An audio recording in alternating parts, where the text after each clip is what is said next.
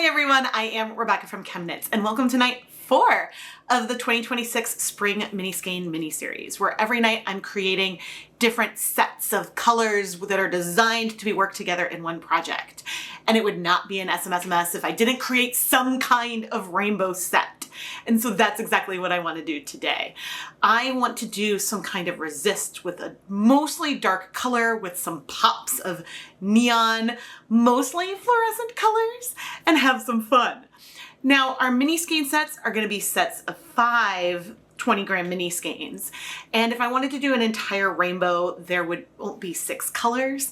And so I think I want to put this together in a way where I have sort of 2 colors on each piece and it kind of rotates down. But I'll go more into that as we are preparing our yarns and our dyes, but I am so excited! We are going to be dyeing 8 different yarn bases today. All of them are superwash merino wool based. One of the bases is just 100% superwash merino wool. Then we have a fingering and DK weight yarn that are 75% superwash merino, 25% nylon. We have a yak blend and a silk blend that I have featured in many of our SMSMS over the years. And then new this year, we have some yarn bases that have neon multicolored neps. These are tweed yarns, but one of them also has an iridescent Stellina sparkle. And then we finally have a sparkle yarn that has no neps, but has that same mermaid iridescent sparkle to it. And the plan is to dye all of these yarn bases in the exact same technique. And then when it gets to the end, we can talk about how the different bases look with our overall effect. But really, our silk blend tends to be a standout because it tends to look less saturated overall. And then, of course, the yak, because it starts off looking so different, also tends to be a standout from the crowd. But our neps will definitely also have a huge impact. I'm going to divide all of these mini skeins into 10 different bundles that have 5 mini skeins in each bundle. And I typically sort things in a way so that it'll be really easy for me to make sure, okay, I have one of each bundle for each color I'm dyeing. You know, I'm going to have 2 bundles total for each colorway. So then we'll end up with the right number of mini skein sets in the end. But I'm not going to pre-soak anything yet. We're going to start with things dry. We have all of our dry bundles here. And I'm about to add the resists, which I think I'm gonna just do like 2 zip ties in the middle of the bundle. I think that that's how I want to do it today. But I did consider making bundles of each yarn base individually for the resist round, and then getting the bundles and recombining the yarn to do the pop of color. But I changed my mind because while that might bring some more consistency to one yarn base itself, it would be more complicated to line up the white areas to add the color onto for the next round. To add the resists, I'm going to take a skein or bundle, have it pretty open, and then I'm going to go approximately in the middle and add 2 zip ties on really tightly. Now, I don't think I've done this on mini skein bundles quite like this. Some of them may have more white than others, but we're now going to go on to the next one, and we can just line it up, you know, in approximately. So then we're going for the same spot, approximately. There will be some differences, but it also will be pretty fun. Now I am picking zip ties that have a lot of pigment on them. They will probably absorb some of our dark color, but these should mostly keep the dye from accessing this little area. Now I do find it the easiest to add zip ties onto the yarn while it is dry. And then I'm going to go ahead and pre-soak it so that way we can get some water in there to add a little bit more resist. Because I don't want this to act like a sponge and just soak up the dye and get too much pigment in there. It is just easier to go ahead and add the resists onto dry yarn than it is to add them onto wet yarn. Okay, I'm gonna go ahead and do this to all the rest of the yarn. After setting up the yarn, I started to think about and wonder if this resist placement was gonna make it really hard for me to twist up the yarn in the end to then show off the pops of color versus them sort of disappearing into the twist of the yarn. But that's future Rebecca's problem. The yarn is gonna be beautiful even if we can't feel that while it's twisted. Now we're gonna go ahead and pre-soak the yarn. And I'm reusing a lot of my darker zip ties that could stain the yarn, but we're gonna be making the zip ties really saturated with the dye anyway, so I don't think it matters. And all I'm doing for the pre-soak is I'm gonna fill up this 5-gallon bucket with some water, and then I might lift and lower the yarn as needed to just make sure it gets saturated. But in my experience, all 8 of the yarn bases we're using today soak up water really, really well. So I'm not that worried. But I do want to let it soak for at least 30 minutes. It will be a couple of hours probably before I actually get to dyeing the first batch and then the second batch. I put on my deluxe rubber respirator mask, safety glasses, and gloves and measured out 7.5 grams of DHarma's True Black Acid Dye twice. This is because I want to go for a 1.5% depth of shade of our background black color. And so I'm using the equivalent of 1.5 grams of dye per 100 grams of yarn. And yes, we have the resist in there, so not all of the yarn is going to get dyed, but still, that's approximately the depth of color that we are going for here today. I didn't worry about the volume of water I was dissolving the dye in because we will be using all of it in our dye bath. But it is worth keeping in mind that 7.5 grams of dye is a reasonable amount of dye, so using a larger volume of water isn't a bad idea, especially for the batch that's going to have to wait for me to finish the first round of dyeing. In this container, I have 32 cups of water. I am going to add about 7.5 grams of dye. Now the dye bath is warm, but it's not hot yet. Maybe it's not even warm yet. I'm going to add the rest of the dye. Then we are going to stir things up. Oh man, I'm feeling nervous. Goodness me. Okay, now I need to add some acid. Let's do 8 tablespoons of white vinegar. 1, 2, 3, 4, 5, 6, 7, 8. And now I'm going to bring over 500 grams of yarn. And I tried to squeeze out most of the water from the pre-soak, but there's definitely still some water in here. So as I bring the yarn over, I'm trying to move it. But the thing with zip ties is I'm not going to want to lift the yarn above the zip ties anymore because I don't want to splash. All right, there I think we go. Now there could be some areas of our yarn that have less saturation. We could always add more black in areas later if we feel like it's needed. But we now just need to let this heat. Goodness. For a while. We will be steaming it later, so we don't have to heat it for a full 30 minutes necessarily, but it'll probably take that long for the pot to heat up. So I'll set a timer for 30 and we'll check back in. Okay, we are not that hot yet, but let's see how we're doing. I should have checked. Okay, there's still some color in here, but a lot of the dye is in our yarn. What I can't decide is if I'm going to remove it yet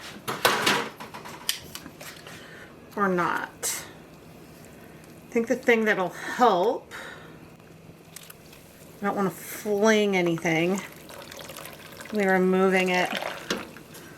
I mean, the yarn is looking good.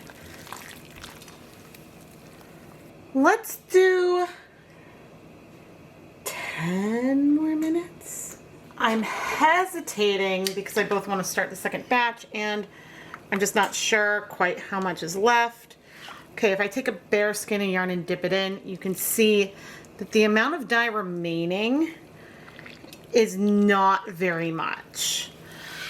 This helps make that decision for me. Now it might get darker if I were to leave this in and let it soak up more, versus right now we're getting a super pastel gray, which would get darker. So I think what I'm gonna do is go ahead and remove the yarn.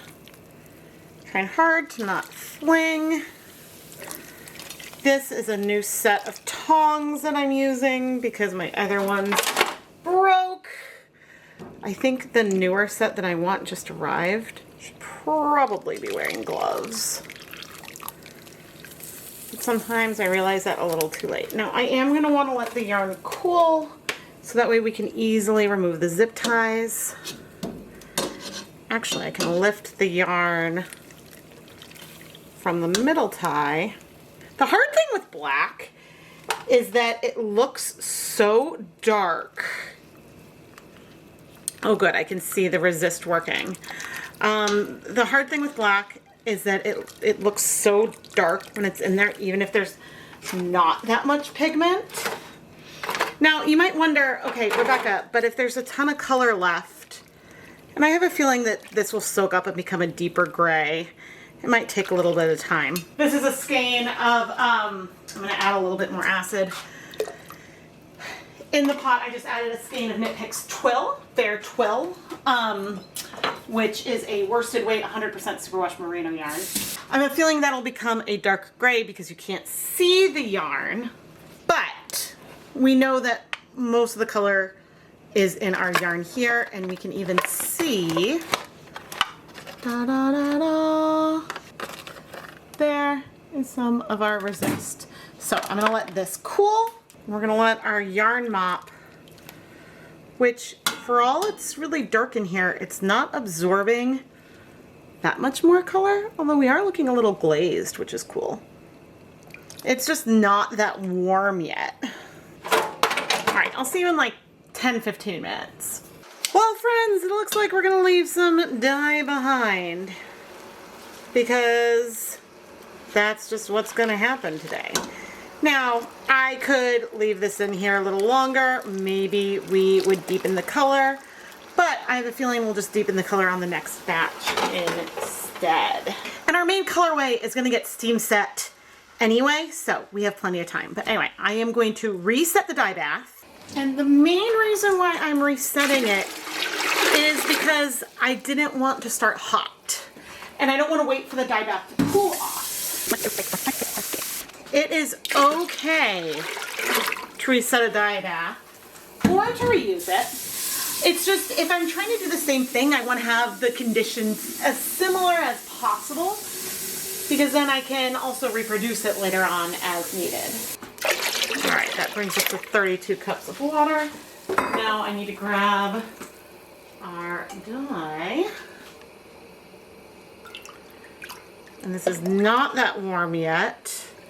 I'm gonna rinse out this cup. We just got our water heater replaced at my house and it's made a huge difference in terms of dissolving dyes. Okay, and this time I'm bringing over our 500 grams of yarn. Ooh, I love the way the mermaid sparkle really pops with a dark color. That may be one of the reasons why I wanted to do this colorway in the first place. Now, by starting cold, we can get more coverage on our yarn. If I started with a hot dye bath, not only would I have been able to reuse it in between our colors, but we would have ended up with more tonal coverage and we could end up with more light patches in the end, which isn't the effect that I'm going for today. Ugh, that looks so pretty. I mean, the sparkle, oh, so fun. Okay, once again, I'm gonna let this sit for 30 minutes. Now don't worry that some of the neps do not look super bright. They may have some of the grayish, although that looks not very pigmented at all. They may have some of the gray liquid in there, but the neps are made out of an acrylic and therefore will not take up dye. Got to very carefully remove the yarn. I almost didn't show this batch on camera, but I'm so glad I did because that mermaid sparkle is so satisfying. But now I'm gonna add our yarn mop in for another layer. And I'm probably, like, I may use this mop for other parts of this video. So I'm debating what to do with it. But I think I'm gonna leave it in here for 15 minutes. Oh, we actually got nice and hot. I can't find the zip ties there, but if I can't find it, I try to just grab all the yarn in the middle. More like a dark gray, but still lighter than our black yarn, which is good. All right, I'm gonna set this aside to cool. We may use this mop again, but you'll have to wait and see. And, well, once things cool, we can remove the resists. Let's remove our resists.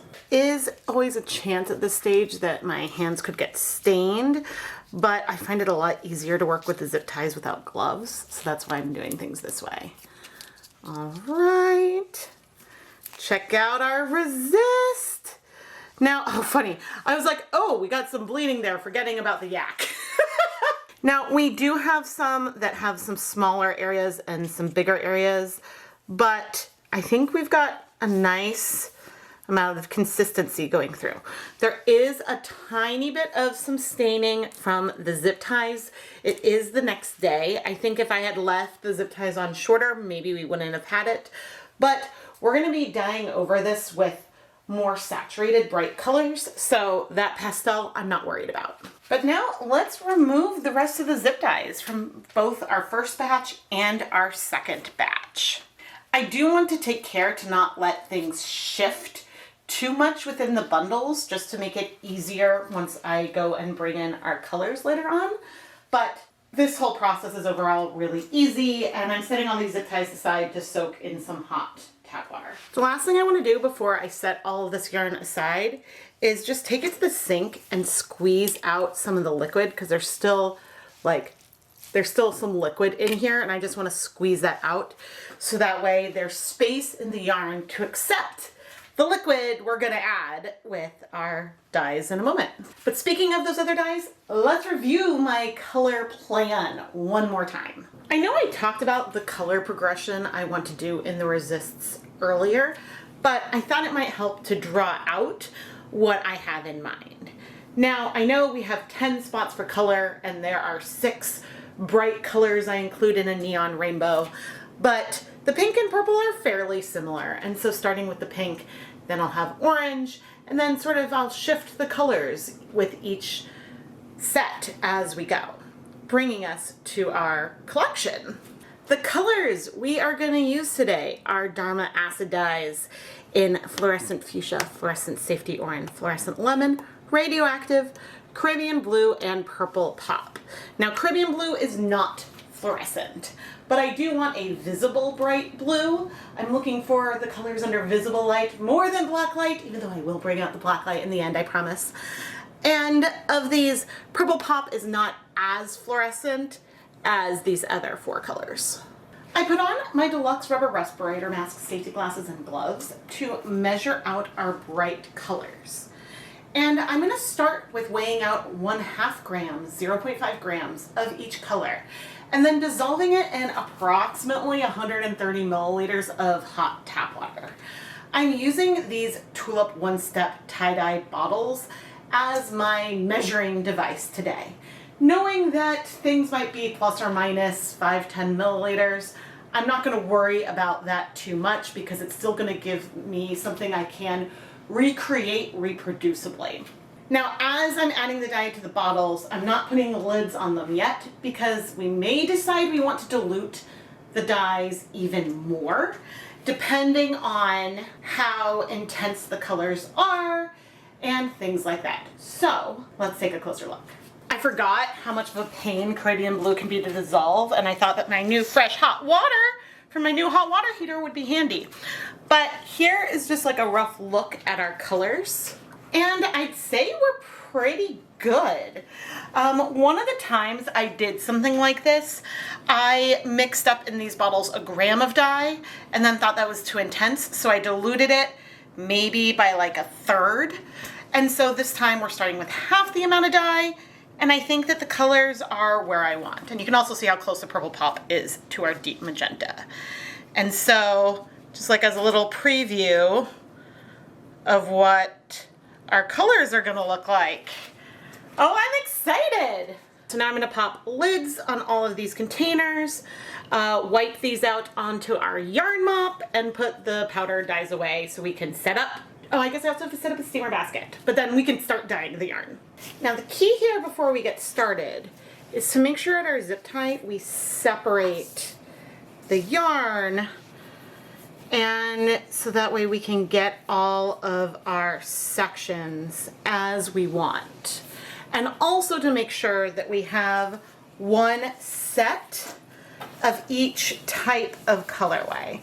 And if things are misaligned, we can line it up. We will likely get some spread of the neons onto the black, but I'm okay with that. But I think we're ready to go. Right off camera, I have my yarn mop that I'll use to help deal with any spills and things like that. Let's start with our pink. This is our fluorescent fuchsia. Now we don't have any thickeners or guar gum in here. I'm just taking this color and applying it onto our yarn. Okay, and gonna tap that in. Sometimes one thing I like to do, oh, this color is so pretty, as I flip over these sections, because we can add some more color to the other side, make sure we have the coverage we want. But one of the things that I will probably do today as well is we'll add a little bit of vinegar on top of the dye. And I like to do that, I'm gonna get this drip. I like to do that because, but these bottles definitely drip. I could do the entire effect with an eyedropper if I needed to, but actually we've got pretty good coverage in here. I may still add a little bit more color just in case, just to make sure we got the coverage that we wanted for our orange. The other thing I'm gonna do, even though my hands are damp, is on this little card where I draw the colors.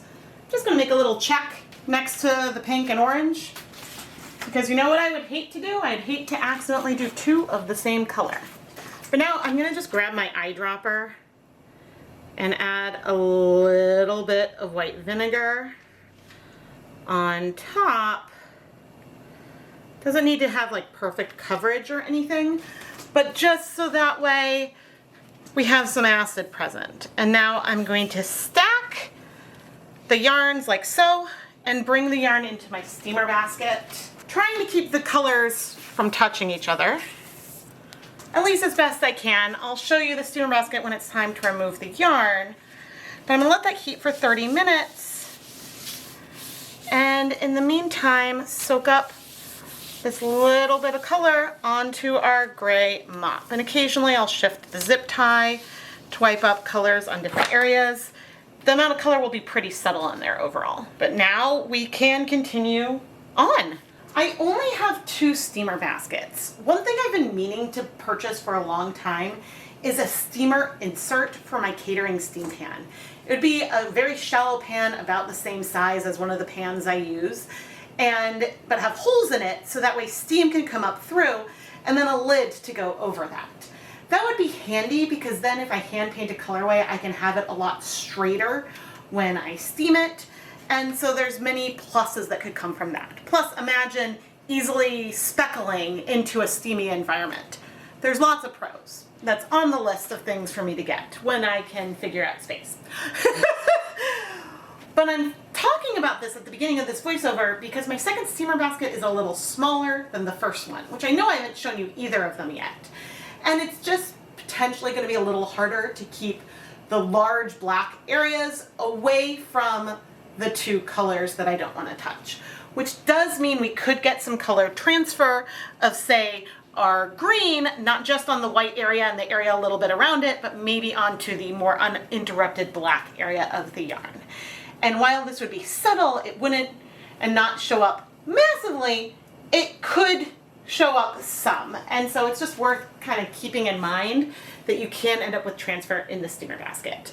But anyway, this went smoothly. I had plenty of dye to achieve this, and we're gonna have more neon colors to play with for another project. But also, this isn't the last project I want to dye in this video. With my 12-quart pot, go ahead and remove things. And this is my less crowded pot. And so you can see how I have the pink over here, the black there, and or the orange there, and then I sort of stretched the black. Now, as I put it into a container to cool, I did not do this very well. I was trying to keep the colors separate. I'm going to do that better off camera. There we go. Just because as things are still warm, there is still a chance that we could get transfer. But I'm going to set it aside to cool so we can wash it. Here I'll show off my smaller 8-quart pot as well. Let's try. It's hot. Pick it up. Still worked. It was just, you know, a little harder to keep everything separate in there. But again, I'll see you once it's all cool. Now our very last set here will go into the steamer basket as soon as one opens up, as will our yarn mop here, which is mostly gray. And I think on camera you can't see the subtle little rainbow hints in it, but it is delightful, and I'm so glad I decided to use it as my mop today. On camera you can see a little bit right now. You'll see those colors come through more once it's dry, and it's a little bit less saturated overall. And I could hang on to this and use it when I dye up some sock blanks with this colorway, but I think instead I'll probably bring out a new yarn mop. A sock blank is a pre-knit piece of fabric that is created for you to dye and then unravel to use the yarn in another project. And the particular blanks that I'm using today and in all of the SMSMS videos are double-stranded, which means when we unravel it, we'll get a matched pair of two 50-gram balls of yarn. And these blanks are 75% superwash merino wool, 25% nylon. But what's great about them is because you have one part of yarn at one end of the blank and the other part of the yarn at the other, you can really get a gradient or color progression as you dye it. In the Spring Mini Skein mini series, I like to dye sock blanks the same type of color progression as we have on our mini skein sets, which is going to be harder for me to do today because of the resist and the progression. But I'm going to give it a shot. I didn't really know what to do, but I thought, you know what? Let's take this sock blank and add a zip tie down the length of it, sort of scrunching it up. This will give us a line of resist up the blank, maybe like a stripe, maybe it'll have a little bit of diagonal to it, and I guess we're gonna go from there. I would love to do 2 stripes along the center of the blank, but I think if I were to do that, we would end up with like too much white and resist left behind. But I'm gonna do this on 2 blanks and we'll see how it goes. To make the main color black, I set up a dye bath with probably 20 to 24 cups of water, 6 tablespoons of white vinegar. I added 2 grams of the true black dye that I dissolved in some water, and then brought over our pre-soaked blanks. I had squeezed most of the water out of the blanks before adding it into the pot. Then I set a timer for 30 minutes, knowing that since the dye bath is not yet very hot, we may still have a lot of color left in the dye bath, but I wanted to check in at that point to know how I might want to proceed. After 30 minutes, most of the color was in our blanks. And so I removed the blanks and set them aside to cool and brought over a skein of Knit Pick Stroll fingering weight yarn, 75% superwash merino, 25% nylon, to use as a yarn mop to soak up the rest of the black dye. And I'll use this very similarly to the mop I used when we were dyeing our mini skein sets. When I removed the resist, we have a perfect, beautiful resist line throughout the blank. It is a little too narrow for me to try to do 2 colors up the entire length, but I can create a rainbow gradient through here. It's just different from what we had before. Maybe I need to try this with 2 resist points. After I added all the dye, I went ahead and put some plastic wrap on top of the blank so that way I could roll up the section and keep the dyes separate. And then I steam set it for 30 minutes and washed it off camera. Let's wash 400 grams of our yarn. We have our blue and green and our blue and purple. And I'm so excited to see all of these colors on all the yarns, but I'm especially excited about that mermaid sparkle. That yarn is one I adore, and it was like a yarn I was dreaming of for years. So it's really fun to play with this like high contrast kind of yarn. Now I did add a little bit of dish soap to it, and I am rinsing with cold water. I added a little more soap. Did I have soap the first time? I don't know. But I'm adding soap now, and I'm going to fill it up. Okay, I just turned the water off, and let's see. We are looking really, really good. Sometimes you might see like a little bit of color from the black, but remember how dark the water still looked and then there wasn't much color? But I saw maybe a little bit with the first rinse. I'm not seeing any now. I'm gonna fill this up one more time. Okay, let's see. But this is looking great. And the nice thing is these pops of color are concentrated, but not so much that we're seeing any bleeding in here. So I'm going to go ahead and pop this yarn through my spin dryer, which will just remove some of the liquid and make it dry nice and fluffy and air dry a little bit faster. And then I'll wash the rest of the yarn off camera and we'll come back and look at the finished sets. I am loving this yarn, even just laid out like this. Now I actually dyed 2 batches of this colorway.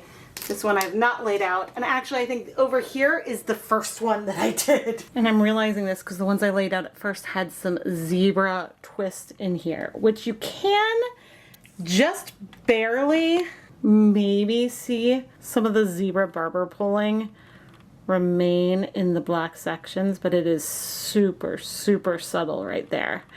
But you can see it on the neon pops, which is fun. But either way, if I bring out the black light, you can see our fun neon pops of color. Yellow is way more vibrant than pink, and you'll note that the blue is not glowing, but the green, orange, and yellow are always the brightest because they all have that fluorescent yellow in there.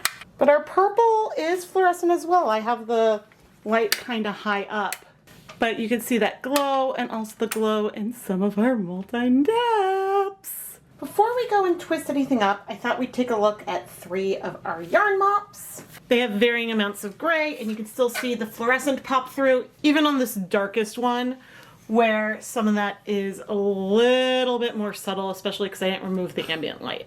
But now I'm gonna go start twisting things up, and we're gonna take a look at our sock blanks. I'm still showing you bundles of 5 sets of minis, but this gives you a feel of the kind of progression that we'll have. It's going to be mostly black or very, very dark gray with then some pops of our neon colors. Now these sock blanks, and I don't know why I'm thinking like fracture or like fissure or something when I look at them, but they're going to be a little bit different from our mini skein sets because when you knit, say if we're starting with this end, you're going to have the purple and blue mixed together before you shift to the blue and the green.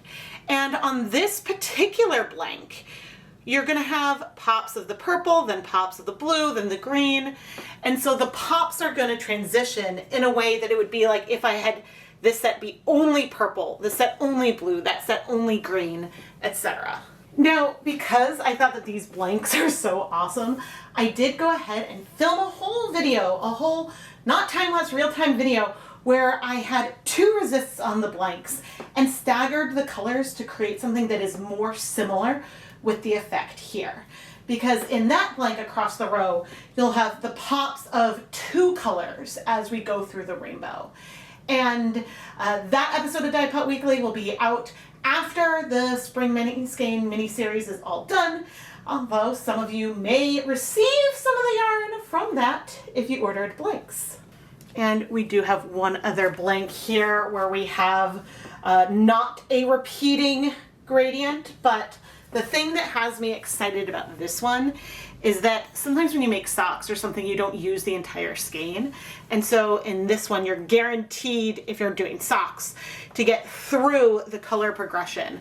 So yes, you might end up with double purple or double blue, but you'll have a little bit of all the colors. Where on this one, if you started at the pink end, you could get to some of the blue and maybe not have purple at all. But I will be going and unraveling this blank, which will show you what I was saying, that the pops of color in the transition are going to give us a gradient through the rainbow. So not quite like our mini skeins, but still really pretty. Even before I bring out the black light, this looks so cool. Oh, I just adore seeing the colors pop. Now, every single one of our minis does have some fluorescence in it, which is fun. And you can really see how those blues are not fluorescent. But the other thing that's really, really cool about our blanks is this little halo that you can see onto the black. Because when we have the resist, there's some areas that are a little bit lighter close by. And you can see, especially when I first turn on the black light, the spread of the color that really, really ends up making it look like a light just turns on, which I mean it is with the fluorescence.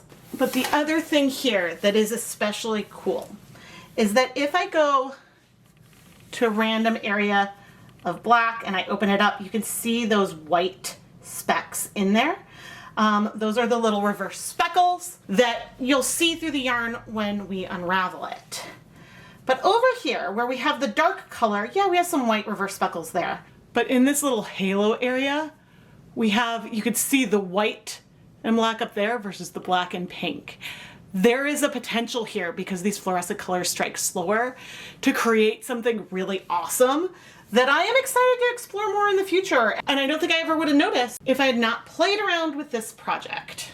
But now I need to pop on an episode of something and go start twisting these up, so that way we can compare the different yarn bases. Like, I can already see our silk blend is lighter than our other yarns. I see our yak right here, which looks particularly dark. But even our Crazy 8 is much darker than the silk in this particular case. But I'm excited to see what they look like twisted.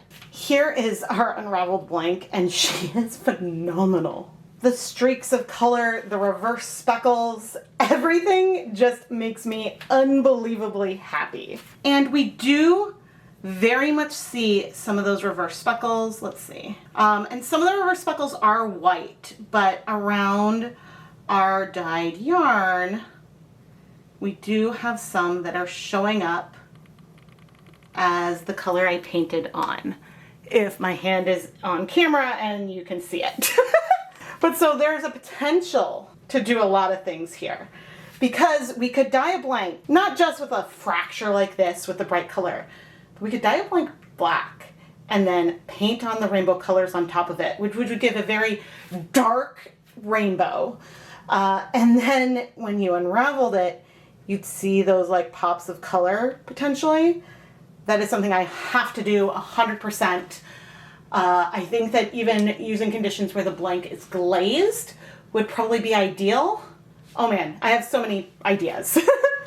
But it's so nice having this matched set.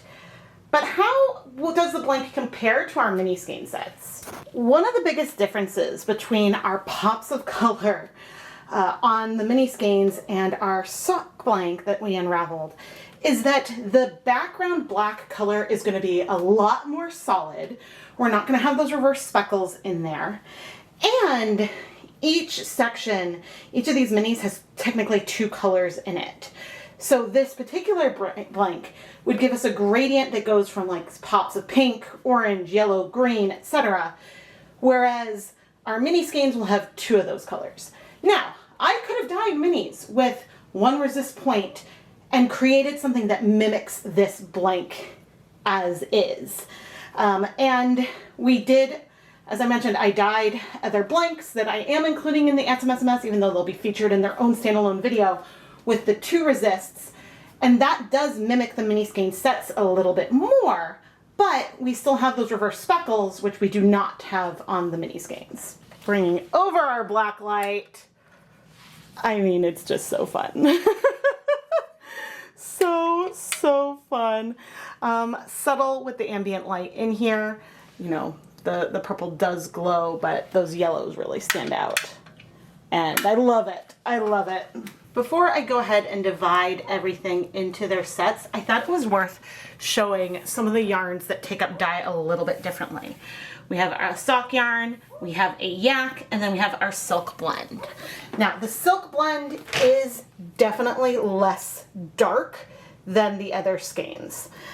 Even if I were to swap its position with the yak, you might call it more of a charcoal gray versus a black. The yak is absolutely darker. It started with a darker base, but the pops of neon, yes, they are a little bit darker, but compared to some other colorways I will be dyeing on that yak base, it's not as different as it could be. But anyway, let's go see our sets. Let's take a closer look at our neon neps and our mermaid sparkle. The neon neps look so cool with that pop of color. Now bringing over the black light, I mean, this yarn is just so cool because the yarn itself glows. And then of course we have the glow of the tips. Just super, super fun. Now the mermaid stellina, like the tips glow, but there are no neps, like that iridescence does not glow. But that iridescence itself really does pop and you can see those warm tones. It's hard to show off the sparkle because it is, there we go, we can see a little bit of it. It's very glittery in person, but with some of the lights that I have in here, it's hard to see that sparkle, but I promise it's super sparkly and fun. The yarn that has both the stellina and the neps is also very sparkly. Why does it not show up well? You can see a little bit of it out of focus, a little bit of that sparkle. In person, I find it really sparkly, and so I just can't move things enough to really capture that on camera, which is annoying. But this is only the first half of yarn that I dyed in this video. Here's the rest. The biggest thing I notice from far back is the overall darkness difference that we have between some of our yarns. So our yarns that are merino nylon are the darkest. And even with the yak in there as well. The silk, as I mentioned, is a little lighter. Our neon neps are lighter because they have that fluorescent fiber in there that doesn't absorb color. But then our mermaid definitely feel lighter compared, and I even like our silver stellina. And I don't think it's that they absorb less color, but that the sparkly fibers just make it appear a little bit lighter. I don't know. You can kind of see the silver sparkle fibers running through a little bit. But it's funny because just like with the mermaid, I'm not seeing that sparkle on camera on the monitor when I move like my phone around. Like if I pick one up, and again, it's the out of focus when you really can see the light get caught. And that just might be a difference between what your eye can see and what the camera can see, but it's very sparkly. The last base to highlight, yet again, I think I've highlighted this one earlier, is our zebra base. And I can see a little bit of the black and black in some of the black areas, but mostly this is the first time I think it's been hard. I'm gonna see a little bit hard for me to see it, but you do see it on the pops of color, which is pretty, and this yarn base is unbelievably soft. So I think that that just gives like a little bit of fun. So not every time would have the little pops of black, but every so often. And I'm really excited to hear what you think. While we're here,